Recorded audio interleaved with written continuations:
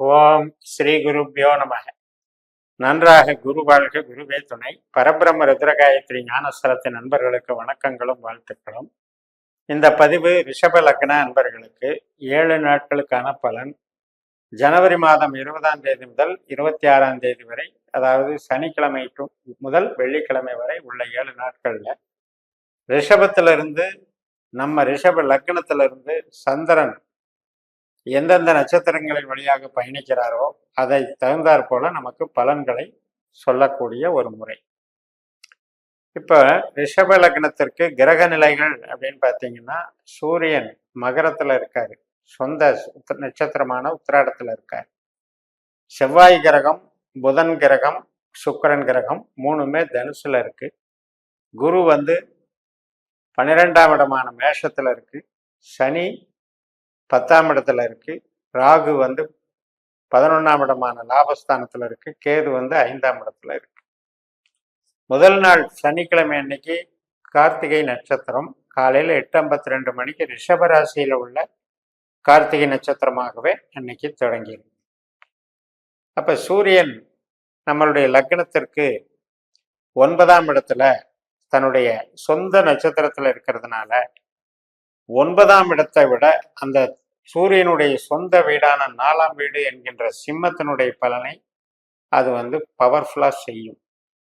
அதனால இந்த 4ஆம் இடம் என்பது உற்பத்தி சார்ந்த துறைகள், வியாபாரம், அணுகுமுறை, உறவினர்கள், அரசு வழி ஆதாயம், அது மாதிரி நமக்கு ஒரு பதவி, பொறுப்பு, வேலை, இது சார்ந்த டெவலப்மெண்ட்டை கொடுக்கக்கூடிய நாளாக.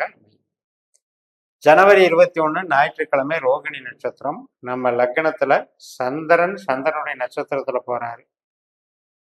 இந்த நாள் இன்பத்தை தரும், மகிழ்வை தரும், உறவுகளை புதுப்பிக்கும்.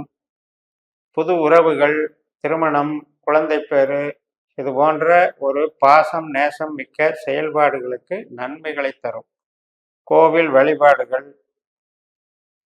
உறவினர்களோடு மகிழ்ச்சி, விருந்து, இது மாதிரியான சந்தோஷமான காரியங்களை தரும். அதனால இந்த நட்சத்திரத்தன்னைக்கு நமக்கு மகிழ்ச்சி மேலும். 22ஆம் தேதி ஜனவரி திங்கட்கிழமை மிருகஸ்ரீஷ நட்சத்திரம், செவ்வாயினுடைய நட்சத்திரம். செவ்வாய் புதனோட சேர்ந்து சுக்கிரனுடைய நட்சத்திரத்துல பூராடத்துல இருக்கார். 8ஆம் இடத்துல இருக்காரு. சுக்கிரனும் அங்க 8ஆம் இடத்துல இருந்தாலும் அது கேதுனுடைய நட்சத்திரத்துல சுக்கிரனுடைய ஆற்றலை கெடுக்கிற விதமாக அது செவ்வாய்க்கு பின்னால இருக்குன்னு நம்ம புரிஞ்சுக்கணும்.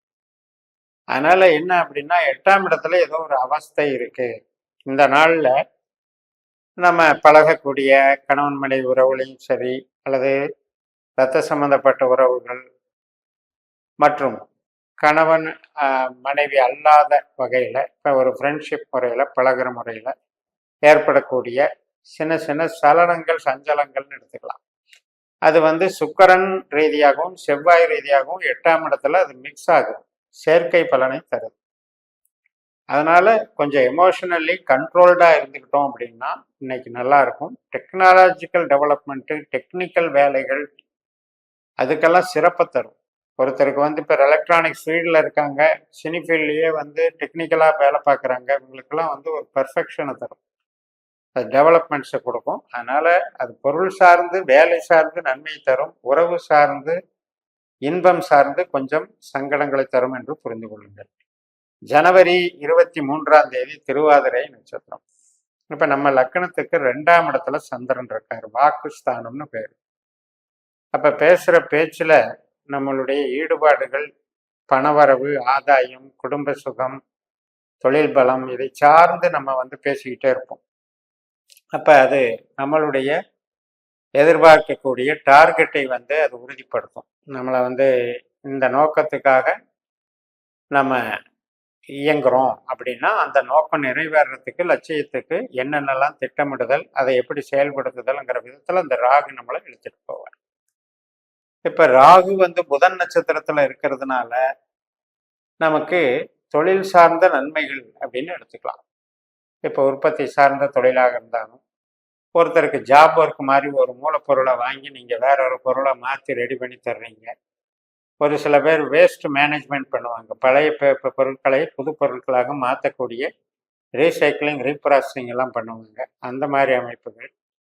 சில பேர் இன்சூரன்ஸில் லிங்க் இருக்கிறவங்களுக்கு இன்சூரன்ஸில் திடீர்னு ஏற்படக்கூடிய ஒரு கிளையண்ட்னால வரக்கூடிய ஆதாயம், புது கிளையண்ட் கிடைக்கிறது. ஸோ இது மாதிரி எதிர்பாராத சில நன்மைகள் தரும். மருத்துவத்துறையில் இருக்கவங்களுக்கு அதில் ஒரு நல்ல மேன்மைகள் கிடைக்கும். சில பேருக்கு உடல் ரீதியாக ஆப்ரேஷன் பண்ணுறவங்களுக்கு இன்னைக்கு நாளை வந்து தேர்ந்தெடுத்து அவங்க பண்ணுறதுக்கும் உண்டான வாய்ப்புகளும் கிடைக்கும். ஸோ இந்த ராகுவை பொறுத்த வரைக்கும் நம்மளை புதன் மாதிரி செயல்படுறதுனால, புதன் நமக்கு 8ல் இருக்கிறதுனால இன்னைக்கு கடமைகளை நிறைவேற்றுவதில் நீங்கள் தன்முனைப்போடு இருந்தீங்கன்னா வெற்றி பெறுவீர்கள். அடுத்து 24ஆம் தேதி புதன்கிழமை, புனர்பூசம் நட்சத்திரம், குருவனுடைய நட்சத்திரம். இப்போ நம்மளுடைய ரிஷப லக்னத்திற்கு குரு எங்க இருக்காரு அப்படின்னா 12ஆம் இடத்துல இருக்காரு. அஸ்வினி நட்சத்திரமான கேது நட்சத்திரத்துல இருக்காரு. கேது வந்து 5ஆம் இடத்துல இருக்காரு. அதனால சின்ன செலவுகள், குழந்தைகள் சார்ந்த செலவுகள், கலைகள் சம்பந்தமாக செலவுகள், நம்மளுடைய சந்தோஷத்துக்காக செய்யக்கூடிய செலவுகள், சுப செலவுகள் எடுத்துக்கலாம். அதே நேரத்தில் சில பேருக்கு இடம் விட்டு இடம் போகிற பிரயாணங்கள், வேலை, அடுத்த வேலைக்கான மாற்றங்களுக்கும் வாய்ப்புகள் உண்டு. இந்த குருவனுடைய நட்சத்திரத்துல நமக்கு அடிப்படையில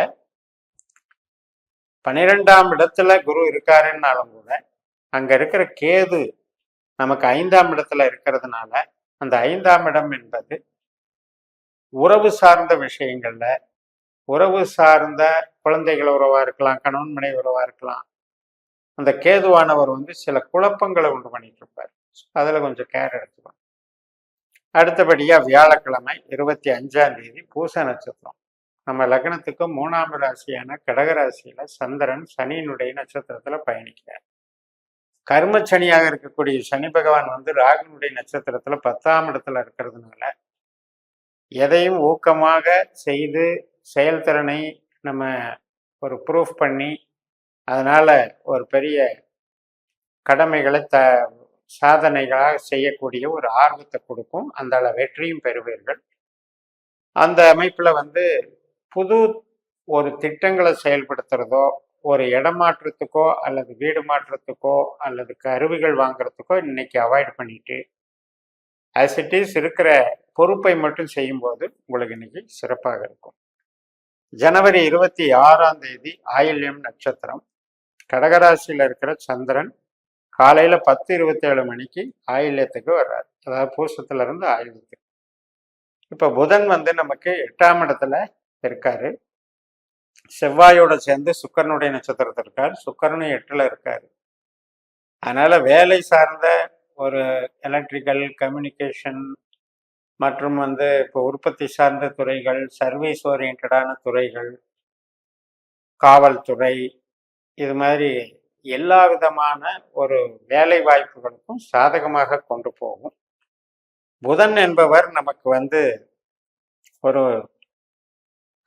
கால்குலேஷன் மைண்டை கொடுப்பார், வியாபார தன்மையை கொடுப்பார். ஆனா 8ஆம் வீட்டில் இருக்காரு அப்படிங்கும்போது நம்ம என்ன ஆகணும்னா அந்த முதலாளித்துவ ஆதிக்கத்துக்கு போகக்கூடாது. இன்னைக்கு பார்த்து நான் வந்து ஒரு பெரிய இன்வெஸ்ட்மெண்ட் பண்றேன் அப்படின்னு அகலக்கால் வைக்கக்கூடாது. இந்த நாளை வந்து உழைப்புக்கு பயன்படுத்தினீர்களா நல்லா இருக்கும், வெற்றி பெறலாம்.